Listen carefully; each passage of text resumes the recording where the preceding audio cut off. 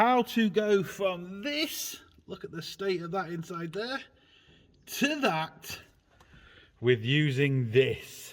Boom.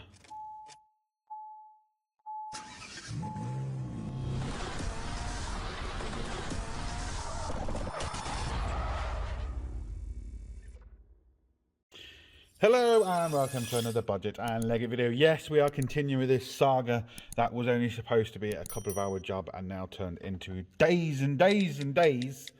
Anyway, we are getting now on top, finally got all the parts we need. But the next thing we need to do is clean where the injectors sit, because obviously apart from one, they were all practically seized. Number 2 was really bad. But you can see just down here where the injector goes, see all that build up? See all that? It's just huge. So we need to clean that and that and that, but we're going to make it look like that, and it's very, very easy.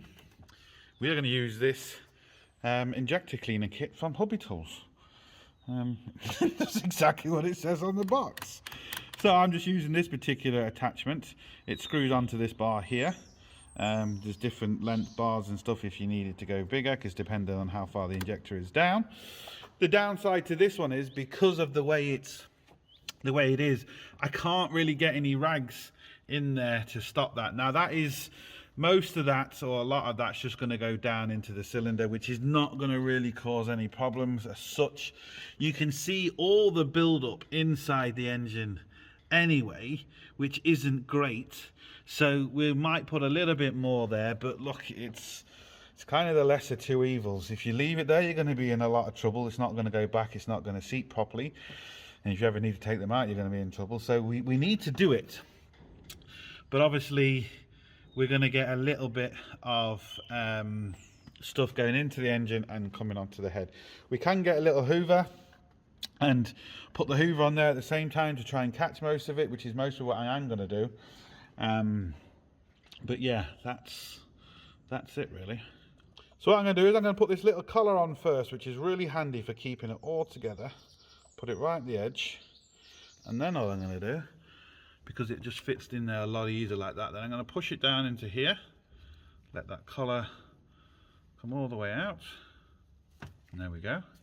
It's now sitting in there. Now we can get this part, which attaches to the drill. We can screw it down in there.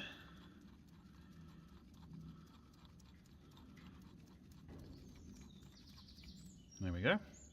And we just put it on the drill. Now, if you haven't got a lot of room, you could just use a 90-degree drill bit head, which I do have that. I thought I might need it for this, but I think I can get away with it. I can certainly get away with it for that one, but we'll see for this one. This is what I was talking about. So it's just a 90-degree drill chuck. So you put that in your drill, and it just basically gives you 90 degrees, a lot shorter if you're struggling for room. So we might need to use that.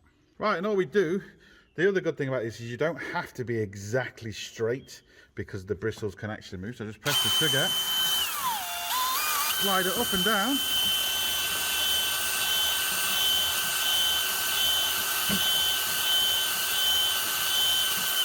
Now you saw how bad that was. I've only been doing it for what, 10, 20 seconds at the most.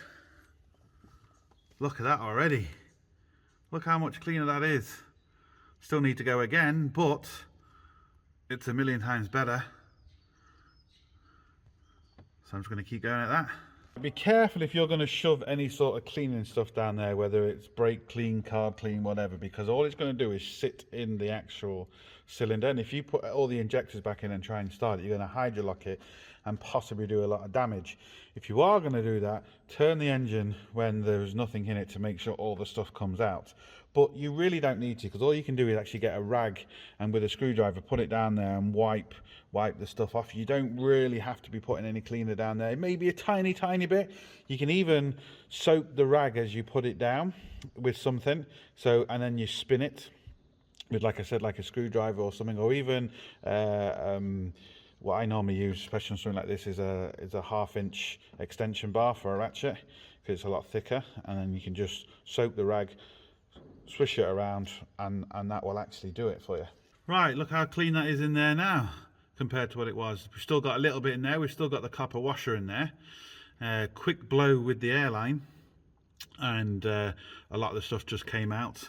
I quickly blowed around it, that's why the oil looks kind of disturbed, but nothing really went into the on top of the engine. A little bit would have gone in, but again, it's just going to come out. It's just carbon, so it's, you know, carbon goes through the engine all the time.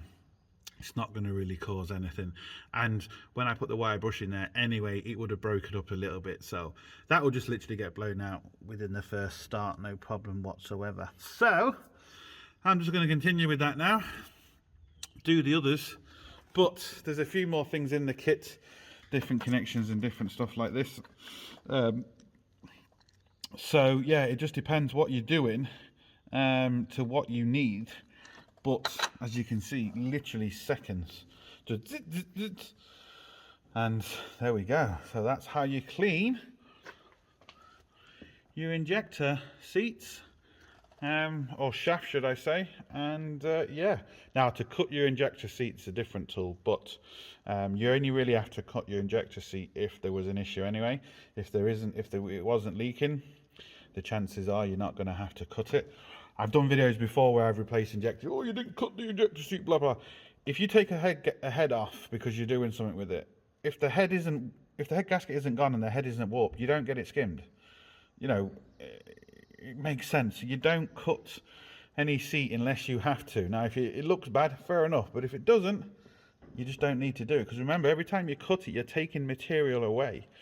So only do it if you need to. And as regards removing the little copper washer, I find these to be the best ones, and it just seems to work better, because when the washer, especially in the middle, is leaking, the hole isn't perfectly round. So a lot of the tools you try and even do, because people, oh, you get it with a screwdriver, you do this. Yes, if everything is round in the middle, but if it's not round in the middle, screwdrivers and stuff just don't work. Well, they do work, but they're just awkward. But this thing, it's got a little slide hammer, and the thread shape is cone, so it goes from thinner to thicker. And all you do is just put it down. Well, let me get the camera set up. So you put it down, and then there's a couple of things you can do. One, you can just give it a slight little tap with the hammer, just the pure weight of the hammer if it's kind of stuck. And then, so I'm just going to push it down, twist it, because as you twist it, you're kind of screwing into the thread. And then, oh, this one was loose. Look at that. Simple. So simple. And there we go. It's off.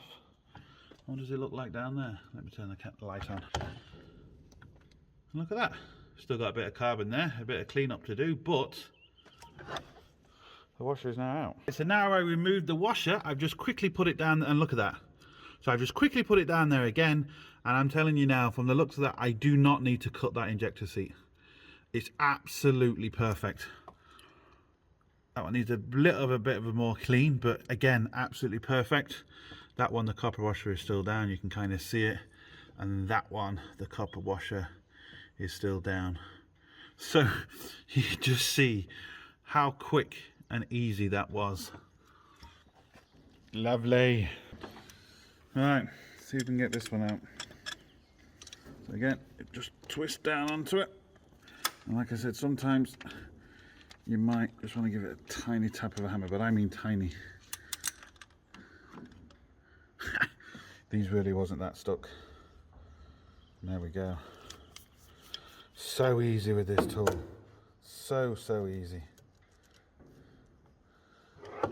And again, that copper washer is fine. You can see it was sealing up. We never had an issue with these leaking, so that's why we shouldn't really have a problem with seating them again.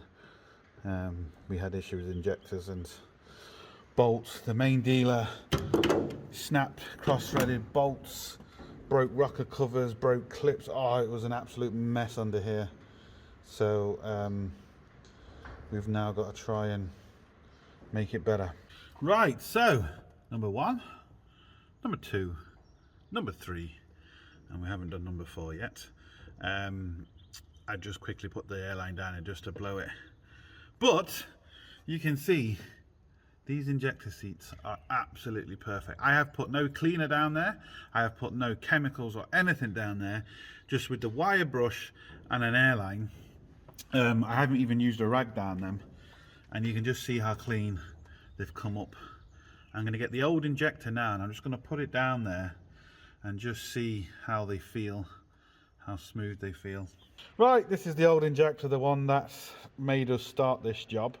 So this was #1 injector that actually came out really easy. So I just wiped this with a rag, and you can see I didn't clean it at all compared to the other ones. But I just wanted to kind of just shove it down there just to see, you know, it fits nice.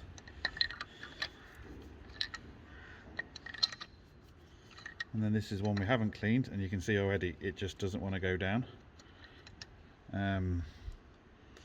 So yeah. Oh, that's me torch falling. Boom! Right, I'm going to try and do this in real time. Well, you'll see when I put it down first. Oh.